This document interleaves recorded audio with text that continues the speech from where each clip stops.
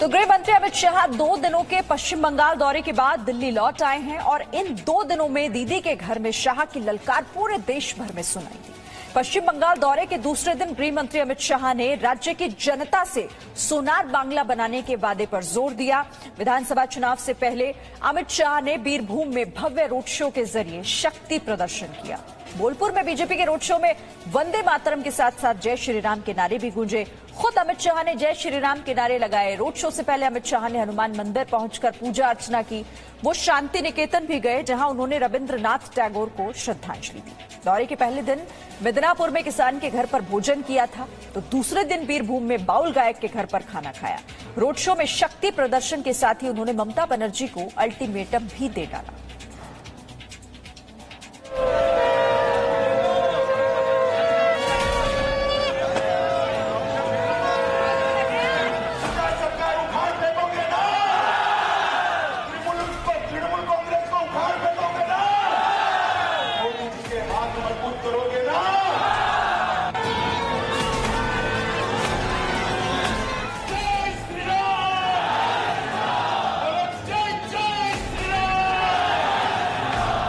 गृह मंत्री अमित शाह का ये उद्घोष पश्चिम बंगाल में परिवर्तन के लिए है।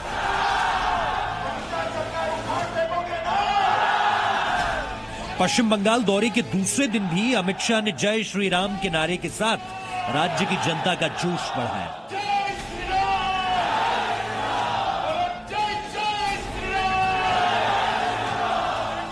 साथ ही साथ राज्य की मुख्यमंत्री ममता बनर्जी को अल्टीमेटम भी दे डाला।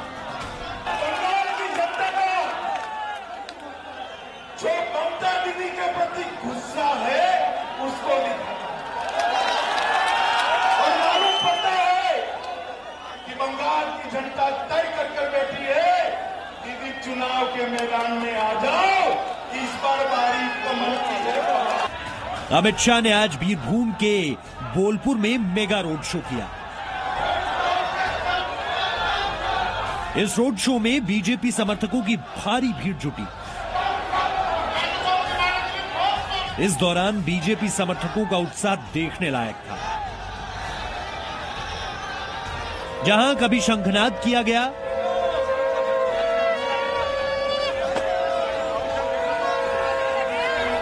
तो कभी जय श्री राम के नारों से बोलपुर गूंज उठा।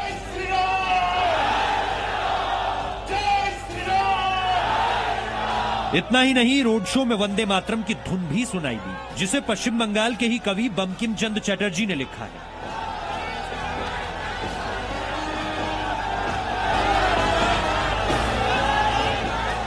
एक किलोमीटर का ये रोड शो आगामी विधानसभा चुनाव से पहले बीजेपी का शक्ति प्रदर्शन था।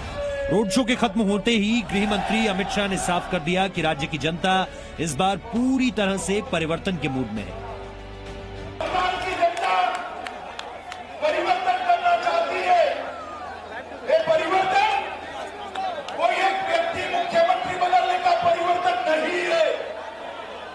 तृणमूल कांग्रेस की सरकार की जगह भारतीय जनता पार्टी की सरकार बनाने की कवायद नहीं है। ये परिवर्तन जो होने जा रहा है बंगाल में, ये बंगाल के विकास के लिए परिवर्तन है, बंगाल को आगे बढ़ाना। भारतीय जनता पार्टी का अध्यक्ष रहते हुए मैंने ढेर सारे रोड शो देखे हैं, करे हैं और ढेर सारे रोड शो को आयोजित भी किया है। मगर आज कहना चाहता हूं कि आज के जैसा रोड शो मैंने मेरे जीवन में नहीं देखा। बोलापुर में ममता बनर्जी को अपनी ताकत दिखाने से पहले अमित शाह बजरंग बली के दरबार में जाना नहीं भूले। रोड शो से पहले अमित शाह ने हनुमान मंदिर में पूजा पाठ की।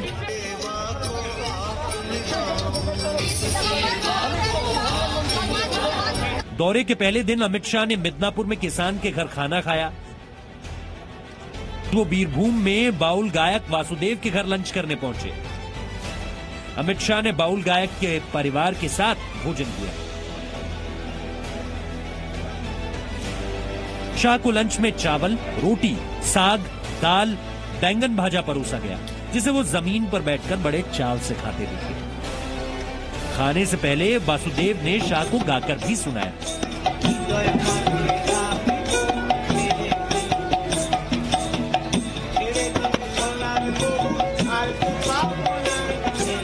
इससे पहले बीरभूम पहुंचने पर अमित शाह सबसे पहले शांति निकेतन गए, जहां उन्होंने गुरु रविंद्रनाथ टैगोर को श्रद्धांजलि अर्पित की। गृह मंत्री ने उनकी स्मृतियों को देखा। अमित शाह ने कहा कि रविंद्रनाथ टैगोर के योगदान को भुलाया नहीं जा सकता।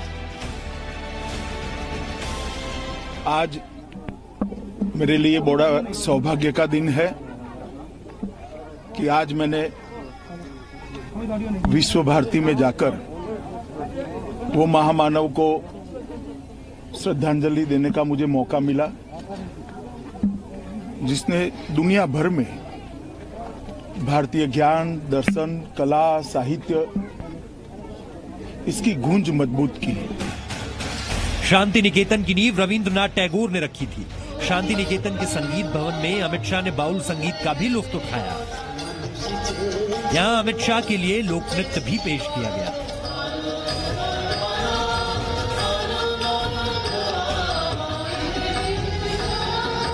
कुल मिलाकर 2 दिवसीय दौरे के दौरान अमित शाह ने ममता बनर्जी के सामने विधानसभा चुनाव से पहले की झांकी पेश करने की कोशिश की।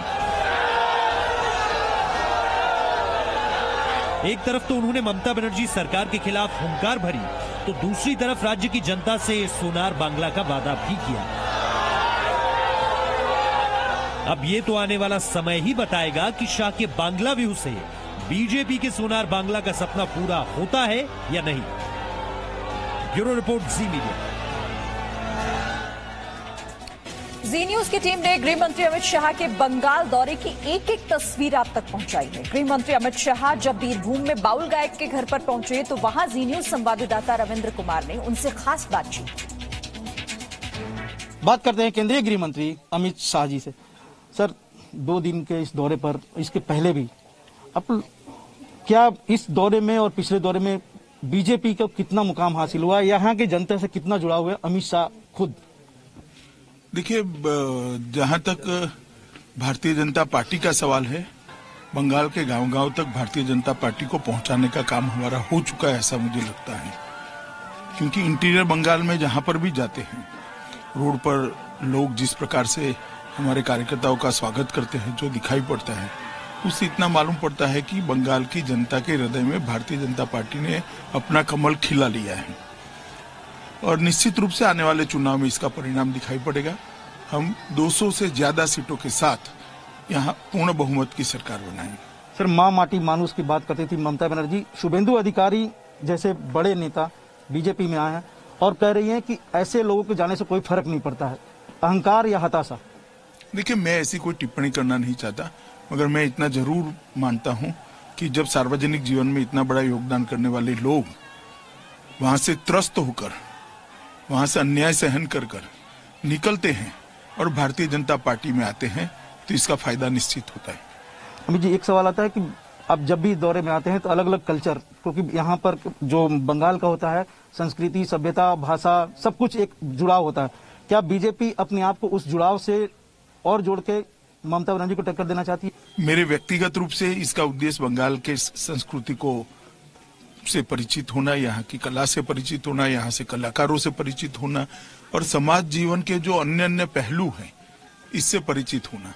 मैं कई और राज्यों में गया, तब भी मैंने करा, चाहे कर्नाटक गया, चाहे राजस्थान गया, और मैं मानता हूँ कि ये कला ही है जो पूरे भारत को जोड़कर रखती है। ये समाज जीवन का जो प्रवाह है वो अक्षुण्ण होना चाहिए और पूरे भारत में एक होना चाहिए। एक आखिरी सवाल रहेगा सर, आपने किसान सभा भी की, किसानों के साथ भोजन भी किया है और किसानों के साथ आप लोग खुद संवाद करें, प्रधानमंत्री रकाबगंज भी गए थे, तो आपको लगा कि किसान यहाँ से जो आप जो अपील कर रहे हैं, प्रधानमंत्री जी अपील कर रहे हैं, इसका असर दिल्ली के बॉर्डर पर भी होगा?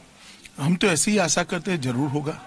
जब प्रधानमंत्री जी ने स्वयं कहा है कि हम खुले मन से हर सवाल को सोचने के लिए तैयार है, मगर किसी ने भी जिद नहीं करनी चाहिए। यस और नो ये भाषा नहीं होती है संवाद की भाषा है। वो हमें भी सुने, हम उनको भी सुने और जो उचित है इस पर निर्णय हो।